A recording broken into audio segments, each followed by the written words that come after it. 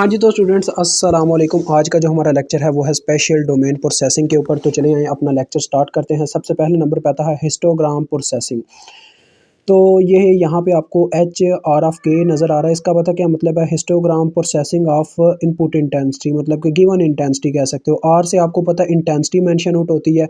ये intensity value ये देखें लिखा हुआ है। केथ इंटेंसिटी वैल्यू का मतलब है यानी कि ये इंटेंसिटी का नंबर होगा जो सा भी, तो इज इक्वल टू एन के नंबर ऑफ पिक्सल है विद इंटेंसिटी आर के। अब एन के का पता क्या मतलब है? यानी कि आपके पास फॉर एग्जांपल ये इमेज है। अब मैं यहाँ पे एक मिसाल लेता हूँ। ये मेरे पास एक इमेज है 1 2 1 5, उसके बाद फिर से 2, फिर मेरे पास 5। अब फॉर एग्जांपल यही इमेज है, मतलब कि मैंने इक्वल साइज़ की नहीं ली, मैंने इस तरह की ले लिया। 2 रोज़ हैं और 3 कॉलम है, यानी 2/3 का इमेज है। अब ये जो एन के है ना, इसमें अगर मैं बात करूँ ना आर के की, तो केथ इंटेंसिटी वैल्यू यानी कि इंटेंसिटी वैल्यू कौन सी है? अब ये देखें 1 है तो ये पहली इंटेंसिटी वैल्यू है, देन 2 आता है, फिर 5 आता है, यानी इस तरह से इंटेंसिटी वैल्यूज़ है। यानी अब देखें अगर ये हमारे पास कोड लाइक मैं कहता हूँ मेरे पास जो इमेज है वो 8 बिट इमेज है, तो 8 यहाँ पे 8th इंटेंसिटी वैल्यू यानी कि 8th बाइनरी 8th बिट्स के अकॉर्डिंग कोड लिखा जाएगा उसका। अब ये जो एन के है इसका क्या मतलब है मैं ये बताता हूँ। Number of pixels with intensity r k, इसका मतलब पता क्या है?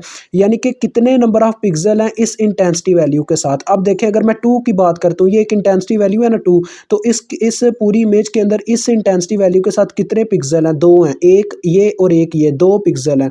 इसी तरह से 5 के 2 हैं, इसी तरह से 1 के 2 हैं। तो एन के का मतलब है यानी कि आर के फॉर एग्जाम्पल ये ऐसे लिखा जाएगा, एन के इज इक्वल टू 2, एन के 2 के बराबर होगा, यानी कि उसका यानी उसको इज इक्वल टू मैं ये कहूँगा number of pixel with intensity value क्या 5 या 2, यानी कि आर के यानी इंटेंसिटी वैल्यू जो 5 है, देखें सेम इंटेंसिटी वैल्यू है, वो 2 पिक्सल सेम वैल्यू के हैं। अगर ये 3 के होते तो ये एन के इज इक्वल टू 3 होता, तो ये इसका मतलब होता है। यानी कि जब इसको मेंशन आउट किया जाएगा ना, तो इसी तरह से एक तरफ एन के लिखा होगा और मैं आपको ये लिख के बताता हूँ। ये देखें इस तरह से होगा। फॉर एग्जांपल यही इमेज है ना, तो ये मैं आपको लिख के दिखाता हूँ। ये देखें ऐसे टेबल बना होता है, यानी कि एक तरफ लिखा होगा एन के और एक तरफ आपका लिखा होगा आर के। आर के पहले वैसे लिखा होता है, सॉरी आर के पहले लिखा होगा देन एन के लिखा होगा। अब देखें आर के का मतलब है यानी कि इंटेंसिटी वैल्यूज़ लिखो कि मतलब कौन सी इंटेंसिटी वैल्यू है। अब मैं देखें यहाँ पे अगर ये मेरे पास 3 इंटेंसिटी वैल्यूज़ हैं, एक 1 है, देन 2 है, देन 5 है। ठीक है, ये मैंने तीनों मेंशन कर दी हैं। अब एन के का मतलब है ये पिक्सल अपनी इमेज के अंदर कितनी दफ़ा आ रहा है ये वाली वैल्यू के साथ। तो देखो जो 1 है वो भी 2 दफ़ा है, 2 है वो भी 2 दफ़ा है, जो 5 है वो भी 2 दफ़ा है। ठीक है, तो इसका मतलब इस सब की 2-2 वैल्यू होगी। ठीक है जी। तो देखें यही चीज़ वो हमें समझाने की कोशिश कर रहा था। तो देखें अब आगे हम बढ़ते हैं। आगे देखें वो क्या कहता है, a normalised histogram by the total number of pixel, यानी कि एक नॉर्मलाइज्ड जो हिस्टोग्राम हमारे पास होती है। नॉर्मलाइज्ड में आपको सिंपल सी बात है, नॉर्मलाइज्ड किया गया हो हिस्टोग्राम को। ठीक है, bye the total number of pixels, यानी टोटल नंबर ऑफ पिक्सल से एम एन यानी कि टोटल नंबर ऑफ पिक्सल है इज़ गिवन बाय, यानी फिर इसको इस तरह से हासिल किया जाएगा। ये देखें ये जो पी आर के है ये हमारे पास क्या है, अब यह आपको बताता हूँ। पी आर के जो हमारे पास है, तो देखें ये जो आपके पास पी आर के है ना, ये असल में प्रॉपेबिलिटी है। ठीक है, आर के यानी कि जोन सी इंटेंसिटी वैल्यू होगी उसको डिवाइड किया जाएगा total number of rows multiply by total number of columns के साथ। ठीक है, जैसे ये आपके पास है ना, इसमें देखें मेरे पास रोज़ कितनी है, टोटल नंबर ऑफ रोज़ कितनी है, 2 रोज़ हैं और 3 कॉलम्स है, तो बटे में आ जाएगा 2 मल्टीप्लाई बाय 3। और प्रॉपेबिलिटी में एक एक मतलब के वैल्यू की निकालूंगा। जैसे मैं फॉर एग्जांपल प्रॉपेबिलिटी निकालता हूँ, इंटेंसिटी वैल्यू देखें किसकी, किस इंटेंसिटी वैल्यू की, आर के यानी कोई भी एक इंटेंसिटी वैल्यू की प्रॉपेबिलिटी मैं 1 की निकालता हूँ। तो 1 की अगर मैं इंटेंसिटी वैल्यू निकाल रहा हूँ, तो आर के तो आपको पता है ऊपर इंटेंसिटी वैल्यू ही आएगी जो कि 1 है, और बटे में मेरे पास क्या आ जाएगा, देखें 2 रोज़ हैं 3 कॉलम्स है, तो 2 ज़रबे 3 करने से 6 आ जाएगा, तो 1/6 प्रॉपेबिलिटी बनेगी मेरे 1 की। ठीक है, समझ रहे हो, ये चक्कर होता है। ऐसे आपने ना तीनों की प्रॉपेबिलिटी निकाल लेनी है। कोई भी इमेज है उसमें हर एक इंटेंसिटी वैल्यू की प्रॉपेबिलिटी भी आप इस तरह से निकाल सकते हो। ये फार्मूला आपने याद रखना है। अब देखो ये क्या कहता है, useful for image processing applications, यानी कि ये किस चीज़ के लिए यूज़फुल होता है हिस्टोग्राम प्रोसेसिंग। ये यूज़फुल होता है इमेज प्रोसेसिंग एप्लीकेशंस, यानी कि ये काम करने के लिए एक तो हम इमेज को कंप्रेस कर सकते हैं, उसका साइज़ कम कर सकते हैं, और एक उसकी सेगमेंटेशन कर सकते हैं, ठीक है। यानी उसका साइज़ कम किया जा सकता है, कंप्रेशन किया जा सकता है। आगे देखो ये कहता है popular for real time image processing, यानी कि ये टाइम डोमेन में काम करना जो है ना ये पॉपुलर है। यानी एक तो होता है फ्रीक्वेंसी डोमेन में अपना काम करना, ये रियल टाइम डोमेन में किया जाता है, ठीक है। वो आगे जाके हम ना फॉरियर ट्रांसफॉर्म में जाके पढ़ेंगे फ्रीक्वेंसी डोमेन में। अब हम आगे चलते हैं नेक्स्ट पेज पे। ये देखें, ये आपके सामने एक इमेज पड़ी हुई है एग्जाम्पल के तौर पे। अब इस इमेज के अंदर देखो बच्चों, ये जो ग्राफ है ना ये वाला, ये ग्राफ असल में ना आपको यानी बता रहा है, देखें ये जो हमारा एक्स एक्सिस, ये जो आपको है मतलब ऐसे हॉरिजेंटल लाइन नज़र आ रही है ना ब्लैक कलर की, ये असल में एक्स एक्सिस को प्रेजेंट कर रही है, यानी एक्स एक्सिस को। और एक्स एक्सिस में असल में आपकी इंटेंसिटी है, इनपुट इंटेंसिटी। अब मैं ये भी ड्रा करके आपको बता देता हूँ। ये जो आपको यानी ये नज़र आ रहा है ना, ये आर के की वैल्यूज़ हैं, यानी कि आपकी इंटेंसिटी वैल्यूज़ हैं। अब देखें इसने मतलब इस तरीके से क्यों मतलब मेंशन किया हुआ है, क्योंकि आपको पता है हमेशा जब भी एक्स यहाँ पे ये ओरिजिन होता है ना, ओरिजिन में आपको पता है ज़ीरो से वैल्यू स्टार्ट होती है, और जो लास्ट वाला आपको यानी मैक्सिमम इंटेंसिटी वैल्यू होती है वो कहाँ पे ख़त्म होती है, L-1 पे। आपको याद हो तो अगर आपकी 8 बिट इमेज है तो आपको पता है आपके L की वैल्यू 256 होती है, और मैक्सिमम वैल्यू हमेशा इंटेंसिटी की 255 होती है, यानी कि फुल वाइट कलर। अब देखो यही काम है, आपको पता है जो इंटेंसिटी वैल्यू जहाँ पे लो होती है वहाँ पे कलर डार्क होता है, और जहाँ पे मैक्सिमम होती है वहाँ पे कलर वाइट होता है। अब देखो यही काम है, यानी कि इसने हमें ना एग्जांपल इस तरीके से दिया कि वैल्यूज़ नहीं मेंशन की इंटेंसिटी की कितनी कितनी वैल्यूज़ हैं, जस्ट उनका कलर से यानी दिखा रहा है कि लो इंटेंसिटी कहाँ पे है और मैक्सिमम इंटेंसिटी कहाँ पे है, ठीक है, और बीच में यानी कि मीडियम कहाँ पे है। तो देखो अब, और उसके बाद अगर देखा जाए तो आपको ये बताना चाहूँगा, अब ये इसने किस तरीके से मतलब ये मार्क किया हुआ है। देखें ना ये लाइन इतनी लंबी खींची हुई है, और यहाँ पे आके इसने लाइन थोड़ी उसके बदले में तो ग्राफ थोड़ा नीचे वाली सतह तक की खींचा हुआ है। ये असल में पता क्या है, ये बच्चों नंबर ऑफ पिक्सल की तादाद के लिहाज से ड्रा किया जाता है। अब देखें इंटेंसिटी वैल्यूज़ के लिहाज से तो यानी कि जहाँ पे ड्रा होना वो मतलब इंटेंसिटी वैल्यू पे यही ड्रा होगा, यानी कि इसमें जो पिक्सल है इस इमेज के अंदर पिक्सल, आप देखो इस इमेज के अंदर जो पिक्सल है, लाइक मैं P1 की बात करता हूँ। देखो P1 जो पिक्सल है वो ये ब्लैक है, जो ब्लैक के करीब करीब है, जो कि यहाँ पे देखें कलर आपको देखने को मिल रहा है, यानी कि इसकी जितनी भी इंटेंसिटी वैल्यू है ना वो यहाँ कहीं पे पाई जाती है। अब देखें इस इमेज के अंदर ब्लैक कलर बहुत ज़्यादा है, ब्लैक कलर बहुत ज़्यादा, इसका मतलब इस पिक्चर के अंदर जो पिक्सल हैं वो ब्लैक कलर वाले ज़्यादा हैं, उनकी तादाद ज़्यादा है। तो ये जो आपको ऊपर तक ऐसे बढ़ती चढ़ती दिखाई दे रही होती है ना, ये नंबर ऑफ पिक्सल वैल्यूज़ होती हैं, यानी कि एन के होता है। ये मेरा आर लिख दिया मैंने गलती से, ये ना असल में एन के होता है, ठीक है। ये जो मैं आपको ऊपर बता रहा था कि होता क्या है हमारे पास कि एन मेंशन आउट कर रहा होता है कि कितने पिक्सल मतलब कि उस वैल्यू के साथ हैं। अब देखें ब्लैक यानी कि ये इतना ज़्यादा ब्लैक कलर है इसके अंदर, तो यानी ब्लैक कलर के इस इंटेंसिटी के साथ ये जो ब्लैक कलर इंटेंसिटी है इसके साथ कई पिक्सल एग्जिस्ट करते हैं सेम वैल्यू इंटेंसिटी की रखते हुए। डैट्स वाई यहाँ पे देखें ज़्यादा मतलब कि अमाउंट मेंशन आउट हुई है। जो एन के है वो वाई एक्सिस में है, ठीक है, एन के हमारा वाई एक्सिस में ड्रा है, और जो वाई एक्स एक्सिस है वो आर के है, इंटेंसिटी वैल्यूज़ हैं, ठीक है। तो देखो अब उसके बाद ये वाली बारी आती है, इनकी बारी, ये क्या नाम है सिल्वर कलर का। तो सिल्वर कलर देखो यहाँ कहीं पे बन रहा है, तो डैट्स वाई देखो इनकी जो अमाउंट है वो ब्लैक के मुकाबले में कम है इस इंटेंसिटी की, मतलब इस कलर के साथ जो पिक्सल मौजूद हैं इस पिक्चर के अंदर वो कम है ब्लैक कलर के साथ जो पिक्सल मौजूद है उनकी तादाद से। डैट्स वाई देखें यहाँ पे उस तादाद को वाई ये वैसे मतलब कि देखें एक्स एक्सिस में तो उसकी वैल्यू ज़्यादा ही है ना, क्योंकि इंटेंसिटी की वैल्यू ज़्यादा है इनकी ब्लैक वाले के मुकाबले में। यानी कि अगर मैं एक्स एक्सिस के अकॉर्डिंग देखूं तो इसकी इंटेंसिटी कम है लेकिन तादाद ज़्यादा इन पिक्सल्स की लो इंटेंसिटी के साथ। और हाई इंटेंसिटी देखें इस मतलब के सिल्वर की हाई इंटेंसिटी है इसके मुकाबले में, लेकिन इस इंटेंसिटी पे जो अपने पास पिक्सल हैं इस वैल्यू के साथ उनकी तादाद कम है, ठीक है। मुझे उम्मीद आपको समझ आ गई होगी। अब आगे बढ़ते हैं।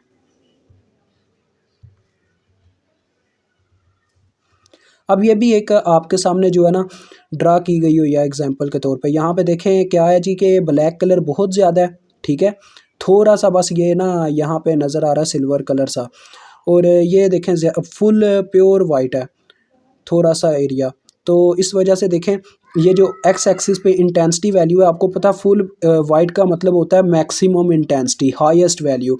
तो ये देखें इसने ना हाईएस्ट इंटेंसिटी यानी कि बिल्कुल लास्ट पे जाके जो L-1 है उस पे जाके उसने क्या किया हुआ है, एक लंबी सी लाइन खींच दी हुई है। क्योंकि वो लंबी सी लाइन क्यों खींची है, क्योंकि ये देखें वाइट एरिया बहुत ज़्यादा ऊपर, ठीक है, दैट्स वाई उसने एक लंबी सी लाइन खींची हुई है यहाँ पे L-1 और ये ज़ीरो होता है।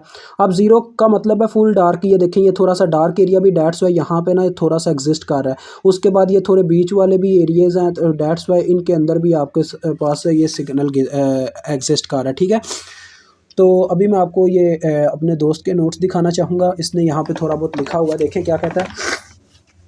लिखा हुआ है कि जो वर्टिकल एक्सिस है, वही बात मैं जो आपको कह रहा था, वर्टिकल एक्सिस और हॉरिजॉन्टल एक्सिस, ठीक है। जो अपना वर्टिकल एक्सिस है ना वो इंटेंसिटी वैल्यूज़, और हॉरिजॉन्टल सॉरी इसने ना शायद उल्टा लिखा हुआ है। हॉरिजॉन्टल एक्सिस में तो अपना वो है ना इंटेंसिटी वैल्यूज़, और वर्टिकल एक्सिस जो है वो हमारा असल में वो है क्या उसको कहते हैं, नंबर ऑफ़ पिक्सल, ठीक है। तो देखो वो कहता है a graph to represent number of pixel on a specific intensity value is called histogram. इसको हिस्टोग्राम कहते हैं, वो जो मैं आपको दिखा चुका हूँ हिस्टोग्राम। और ये भी मैंने आपको एक्सप्लेन कर दिया क्या हिस्टोग्राम है ये, which is equal to n k. ये आपकी इंटेंसिटी वैल्यू है, और ये एन के यानी कि इस वैल्यू के इस इंटेंसिटी की मतलब के सेम वैल्यूज़ कितनी पाई जाती हैं वो एन के हैं, उतने नंबर, मतलब वो मैंने आपको बताया। यानी कि अगर एक इंटेंसिटी वाले दो पिक्सल थे, एक इंटेंसिटी वाले दो पिक्सल थे, तो नंबर ऑफ पिक्सल n होता है। अगर मैं यहाँ पे लिखूँ h(1) तो इज़ इक्वल टू 2 लिखा जाएगा, क्योंकि n यानी उस सेम वैल्यू के साथ दो पिक्सल हैं, ठीक है, इसका ये मतलब है। आगे ये आपके सामने ये भी मैंने फार्मूला एक्सप्लेन किया। अब देखो ये जो यहाँ पे एक्सप्लेन कर रहा है ना, ये बता रहा है कि इसका कंट्रास्ट लो है। कंट्रास्ट क्या होता है बच्चों, मैंने आपको बताया था highest intensity minus lowest intensity is called contrast, इस ये होता है। तो यानी कि हाईएस्ट इंटेंसिटी में से जो हम लोवेस्ट इंटेंसिटी माइनस करते हैं ना, वो कंट्रास्ट की हमेशा वैल्यू होती है।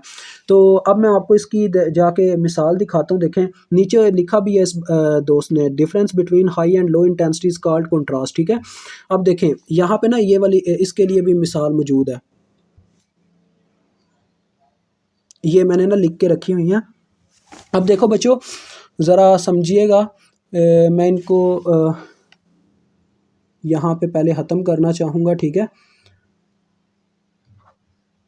अब मैं जस्ट ना अपने से यानी इनकी एक्स एक्सिस और वाई एक्सिस पे वैल्यू कंसिडर कर लेता हूँ, क्योंकि मुझे ये मतलब अभी अंदाज़ा नहीं है कि ये इमेज कितने मतलब के बिट वाली है, 8 बिट वाली है कौन सी है। हम इसको चले 8 बिट ही कंसिडर कर लेते हैं। ये इमेज जो है 8 बिट का है, ठीक है, हम ये कंसिडर कर लेते हैं। ये जितने भी इमेज हैं 8 बिट के हैं, 4 इमेज।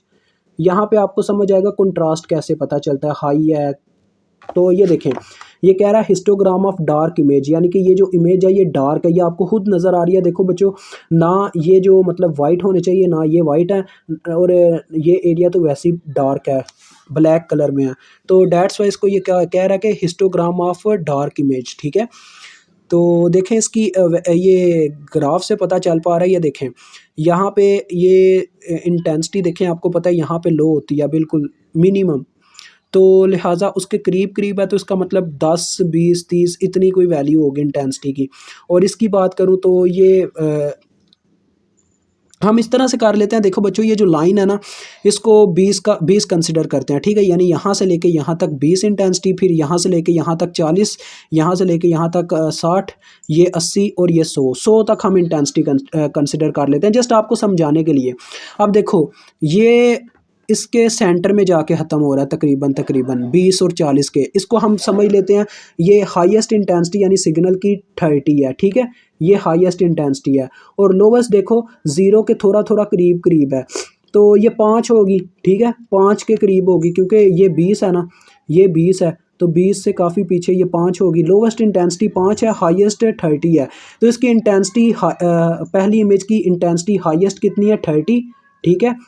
मैं एक तो यानी ऊपर सबसे हाईएस्ट इंटेंसिटी लिखूंगा और नीचे कंट्रास्ट लिखूंगा।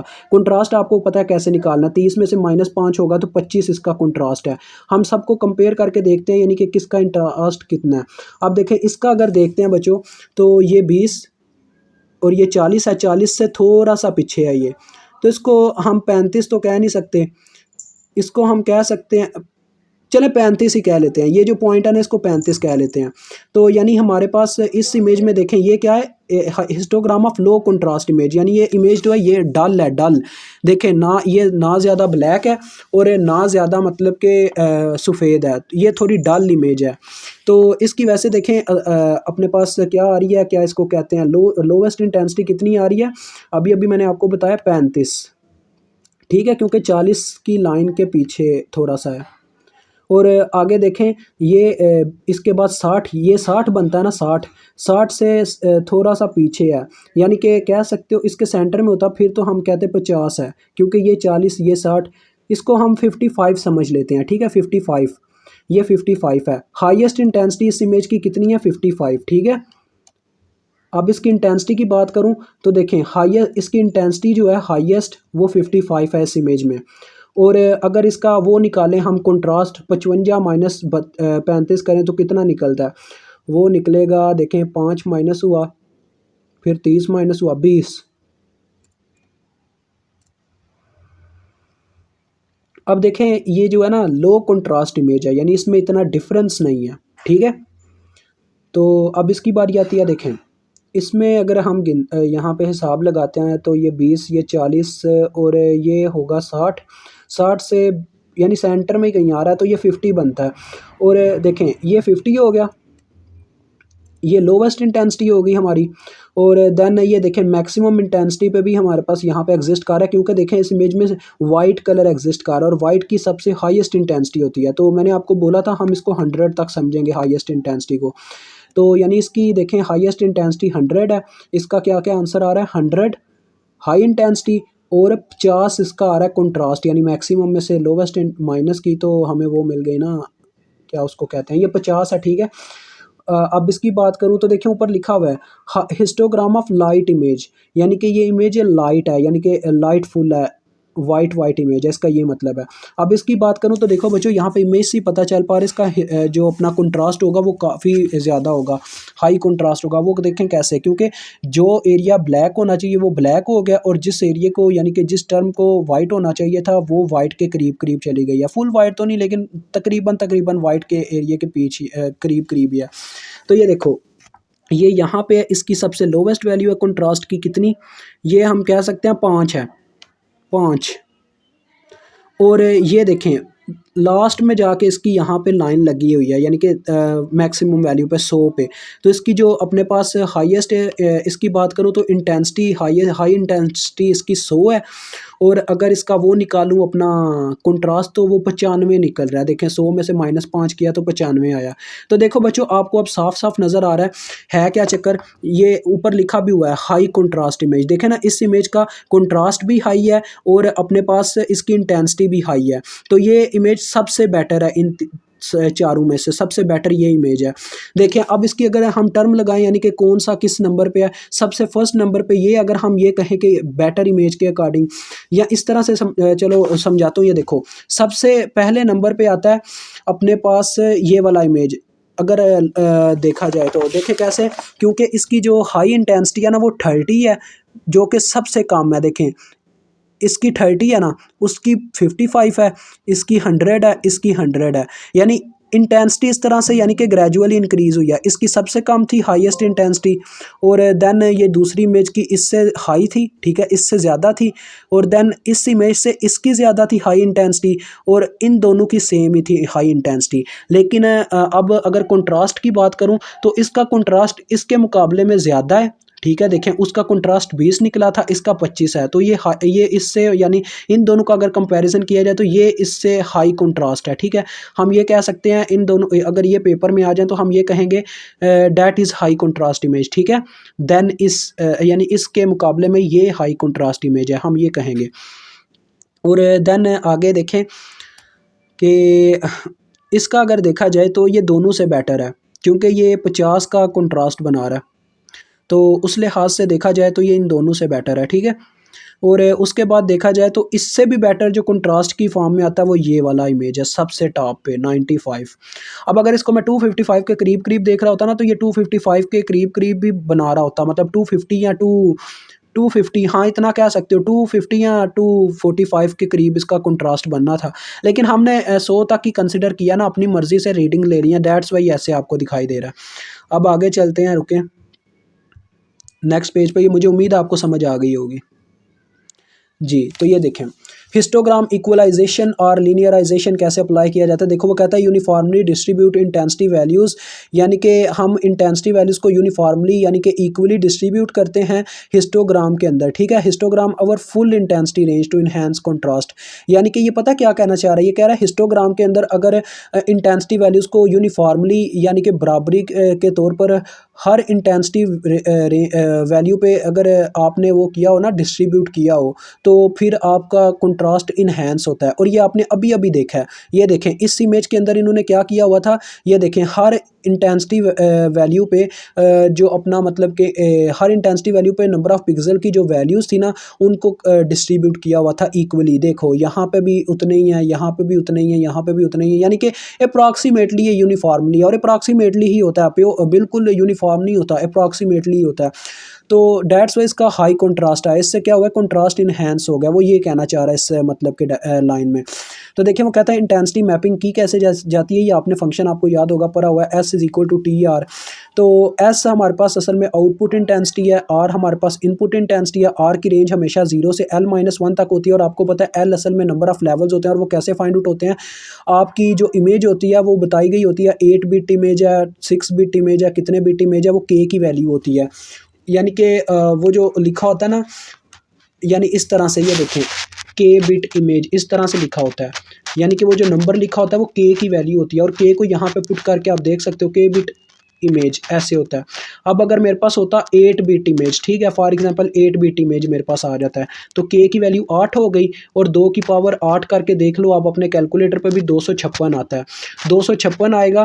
तो 256 यहाँ पे अगर मैं पुट करता हूँ रेंज के अंदर, तो देखें आर की मेरे पास क्या लिमिट आ जाती है, 0 से 256 माइनस 1 यानी 255 तक रेंज बनती है आर की इंटेंसिटी वैल्यूज़ की, यानी कि मिनिमम वैल्यू 0 है और मैक्सिमम 255 है। देन नेक्स्ट आगे देखें एज्यूम, वो कहता है आपने ये फ़र्ज़ करना है कि ये जो टी आ रहा है, टी असल में बच्चों वो ऑपरेशन है जो हमने इंटेंसिटी के ऊपर परफॉर्म करना है, ठीक है। कोई भी ये ऑपरेशन हो सकता है, ट्रांसफ़र फंक्शन इसको वैसे हम ट्रांसफ़र फंक्शन के नाम से जानते हैं। वो कहता है कि इसको मोनोटोनिकली इंक्रीज़ करना चाहिए, इंक्रीजिंग फंक्शन होना चाहिए इन दिस इंटरवल, इस इंटरवल के अंदर, यानी कि वो नॉन मोनोटोनिकली नहीं होना चाहिए। अब इसका क्या मतलब होता है, यानी कि इसका पता क्या मतलब होता है कि जैसे जैसे हम आर की वैल्यू यानी इनपुट इंटेंसिटी की वैल्यू बढ़ाते हैं ना, वैसे वैसे ही आपकी आउटपुट इंटेंसिटी की वैल्यू बढ़ती जानी चाहिए। ऐसा नहीं होना चाहिए कि कहीं पे आप अपनी इंटेंसिटी की वैल्यू बढ़ा रहे हैं लेकिन आउटपुट इंटेंसिटी जो है वो इंक्रीज़ नहीं कर रही, वो रुक गई हुई है, तो वो नॉन मोनोटोनिकली होता है, ठीक है।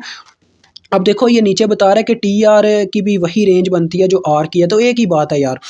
उसके बाद देखो वो कहता है the inverse is also true, यानी कि ऐसा भी हो सकता है कि कभी कभार एस भी देखना पड़ता है हमें, आउटपुट इंटेंसिटी से इनपुट इंटेंसिटी मालूम करने बैठे होते हैं हम, तो फिर क्या करना पड़ता है, देखें एस को भी वही रेंज दी जाती है, ठीक है।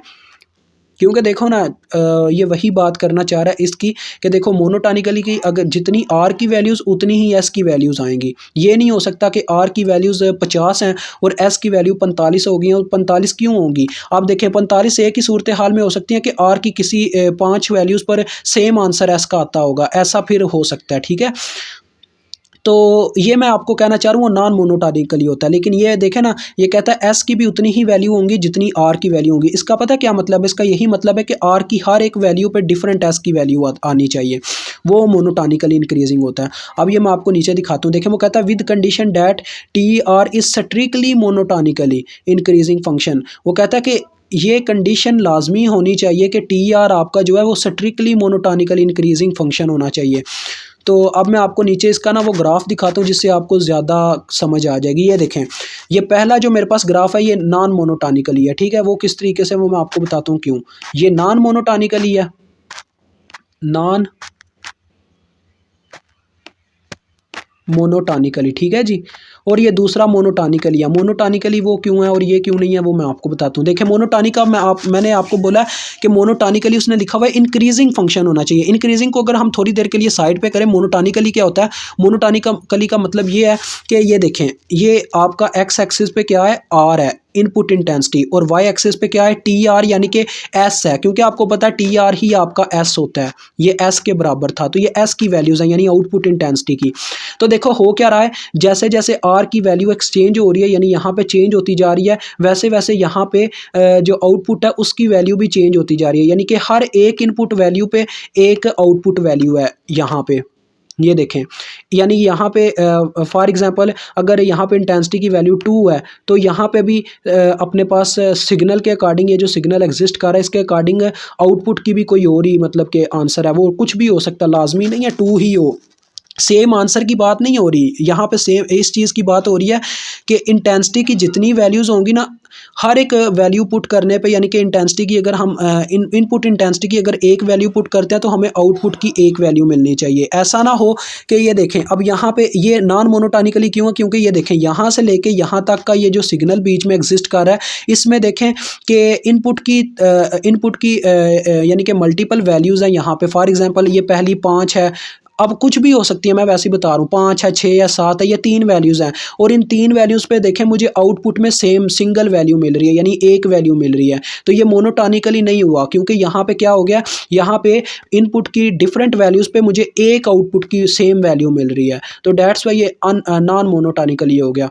लेकिन इस एरिया के बाद फिर से देखें ये वही काम हो गया, यानी कि सिंगल वैल्यू, सिंगल इनपुट की वैल्यू पे सिंगल आउटपुट की वैल्यू, इतने यानी ये सिर्फ बीच में एरिया जो मल्टीपल इनपुट की वैल्यूज़ पे एक सिंगल वैल्यू देता है आउटपुट में, लेकिन बाकी का जितना भी ये सिग्नल है ना उसका यही तरीकाकार है कि यानी ये देखें जैसे ये मैक्सिमम वैल्यू है अपने इनपुट इंटेंसिटी की L-1, तो उस वैल्यू पे देखें हमें मैक्सिमम वैल्यू आउटपुट इंटेंसिटी की भी मिल रही है। तो ये था नॉन मोनोटॉनिकली, क्योंकि इसमें ये सिग्नल मौजूद है जिस पे मल्टीपल वैल्यूज़ पे एक सिंगल वैल्यू मिल रही है।